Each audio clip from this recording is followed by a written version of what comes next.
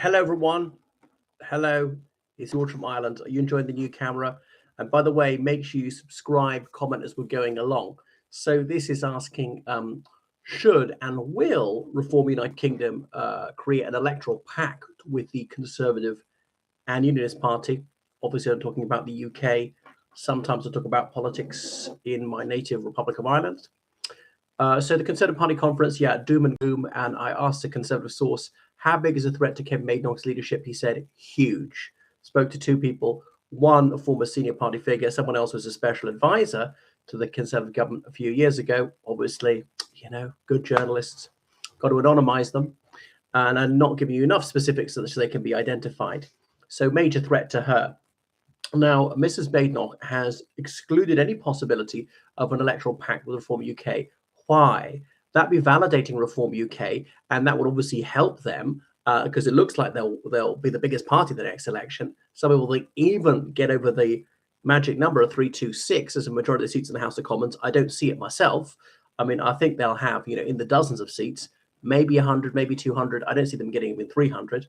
But obviously, the pact with Reform UK, that would help Reform UK. And then they might become the major party on the right permanently. And the Conservatives would be in the halfpenny place. The Tories don't want to be a junior partner. What they want is they want to see people come back from Reform United Kingdom to the Conservative Party. I mean, that will probably happen, but it's going to take time. It's going to take 10 years, maybe more, for the Conservatives to be the principal party on the right. And so misery in between there. Obviously, Kemi Badenoch does not have the luxury of time to save her leadership. So when she became leader of the Conservative Party last November, the Conservative Party has actually gone up in the polls since that terrible election defeat, from 24% in July to 26% in November, partly because Labour had done so badly. Reform UK hadn't begun shooting up yet. So Rishi Sunak was still leader till the handover in early November, a busted flush.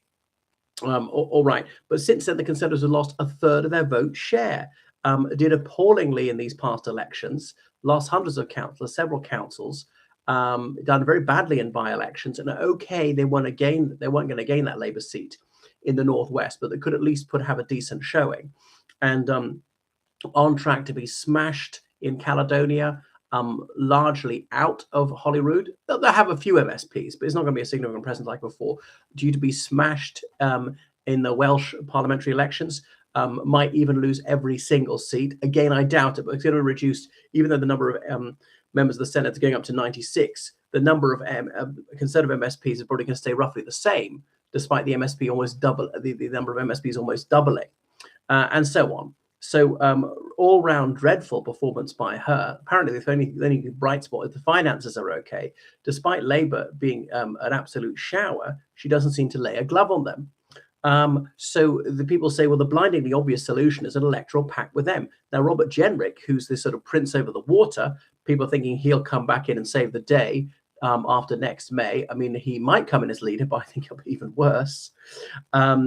He will not rule out forming a electoral pact with Reform UK, and the majority of ordinary Conservative members want it to happen. But would that be sounding the death knell of the Conservative Party as a party of government? Because it would boost Reform UK more than them. What the Conservatives need is Reform UK to collapse.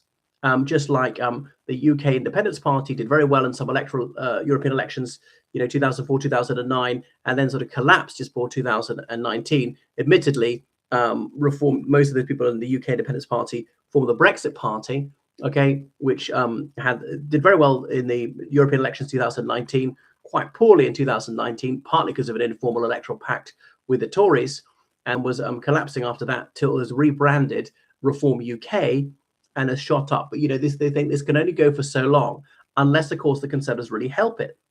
It's got those 5 MPs. Those could easily be all wiped out in an ordinary election, but it looks like the next election is going to be anything but ordinary.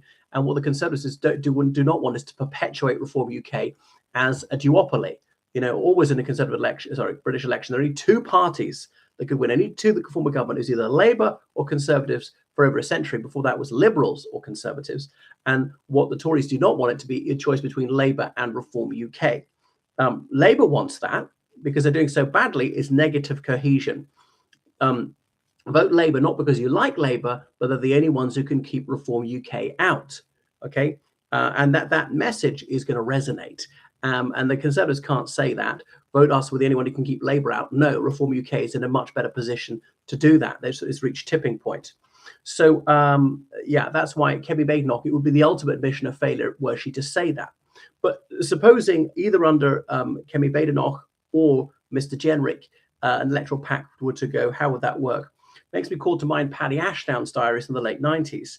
The late unlamented evil bastard Paddy Ashdown, Liberal Democrat leader, and he once had a joint committee on the Constitution with the Labour Party, and he said the three possibilities between the Liberal Democrats and Labour were, as in his analogy, either marriage or an affair or casual sex, and he preferred the last one, as in cooperation on an ad hoc basis. And there was this idea: if the two parties were to fuse, the Conservatives would never be in government again. But there's some tribalists in Labour who wouldn't have that, particularly John Prescott saw them as an enemy at the local level. Some of the Liberal Democrats would have left the party rather than do that. Right. So so the possibilities are to fuse into one big party. Now, that's not going to happen. You know, as Neil Hamilton said to me, Farage wants to be the bride at every wedding and the corpse at every funeral. So this political scene is too small for the two of them, you know. It ain't big enough for the two of them, however the phrase goes about the Wild West.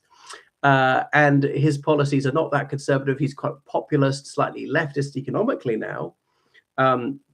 He doesn't want to be tired of the unpopularity and the failures of the former Conservative government.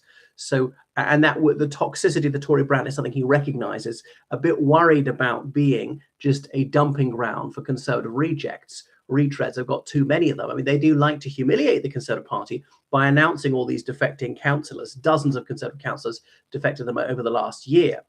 And about 20 former MPs, obviously one sitting MP, Danny Kruger, in recent times. And so Reform UK, yes, some of the parties, the voters are former Conservatives, some are former Labour people, virtually none are former Liberal Democrats, a lot of floating voters, and he succeeded in re-engaging people who didn't vote for a few elections. So he doesn't want to be seen as Tory Mark II.